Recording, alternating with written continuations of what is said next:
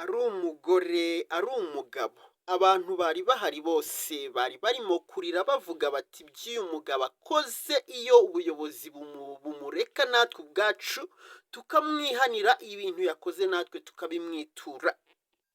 Ni inkuru y'umubabaro, inkuru irengeje ukwemera, inkuru ibabaje ku kigero cyo hejuru, akaba ari inkuru irimo kuvugwa mu karere ka Bugesera. Mana yanje, sinzi ibyo abantu basigaye barariye.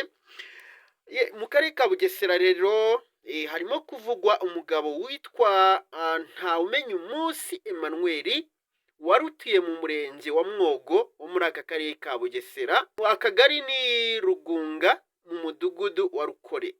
Uyu mugabo rero akoze amahano arengeje ukwemera, aho yishe umwana we w'amezi angahe, umwana muto cyane, uruhinja, arangije yica n'umugore we, bose abisha abatemye n'umuhoro.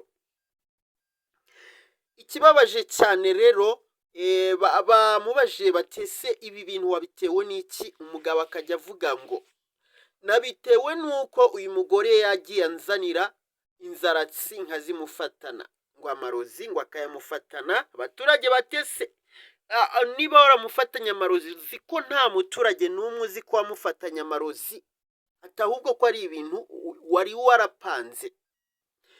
Ni inkuru rero y'akababaro yumvikanye ahagana saa 9 z'ijoro, ijoro ryo kuri iki cyumweru rwose mu rukerera, nibwo uyu mugabo yaje kuba yakoreye amahano, afata umuhoro yica umugore we, arangije kumwica yica n'uruhinja umugore yari afite. Abaturage bati ese basi niba bari bafitanye amakimbirane, uyu mwana muhoye iki yamureka, ko hari n'ababuze urubyaro bakamufata bakajya kumwirerera. Maze iminsi mbabwira ngo ibintu bisigaye bibera kuri isi ya rurema, usibye gusenga gusa, Imana akaba ariyo iduha uburinzi, naho ubundi ibintu bimaze kuba bibi cyane. Kuko niba umugabo afata umuhoro agatema umugore, akamukata izosi, yarangiza agakata izosi umwana we yibyare, none umwana utazi n'ubwenge, umwana w'uruhinja utazi no kuvuga ngo rwamubwiye nabi, my friends, ni umubabaro. Uyu mugabo bikimenyekana, abaturage bahuruye bahageze, abanyerondo bahageze, arababwira ngo muje kureba iki se ko umugore narangije kumwica n'umwana namwishe? Bamubwiye ati kingura. Umugabo aravuga ngo ndakingura ari uko ribi hageze, mwebwe ntago nabakingurira.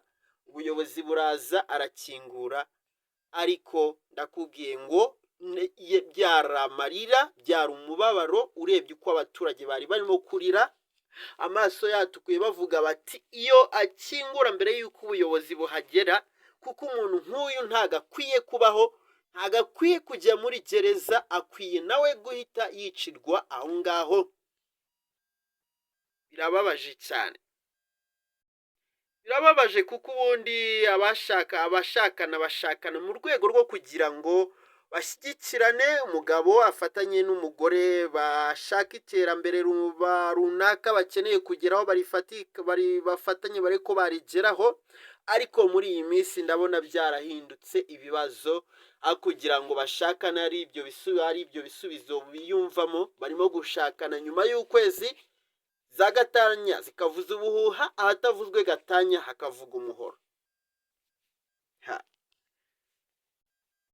Ndabona Imana ari izagira ikikora, kuko abantu bo yaba ubuyobozi bumaje kumirwa. Abantu bati rero abantu basigaye bica abandi bitwaje ngo ngenda mwica njye kurya ibigori muri gereza. Abantu bati rero umuntu wishe undi batitaye ngo ibiki n'ibiki, bigaragara ko yamwishe nawe bagiye bamwica. Abantu batazajya bahora bitwaza ngo turabica tujye kurya ibigori. Umubabaro. Uyu mugore tumwifuriza iruko ridashira, n'uyu mwana Imana ibakire mu bayo. Uyu mugabo we birumvikana ko ari ugukanirwa urumukwiye, kuko ntago ahakana, aremera akavuga yuko ngo yabitewe no kuba uyu mugore ngo yaragiye amuzana inzaratsi akazimufatana. Ariko abaturage bati uyu mubeshyera iyo ubibona ntago ari kubura n'umuturage ubibwira. kayo nguko inkuru ibabaje cyane irimo kuvugwa mu karere ka Bugesera, umva ko biteye ubwoba ku kigero cyo hejuru.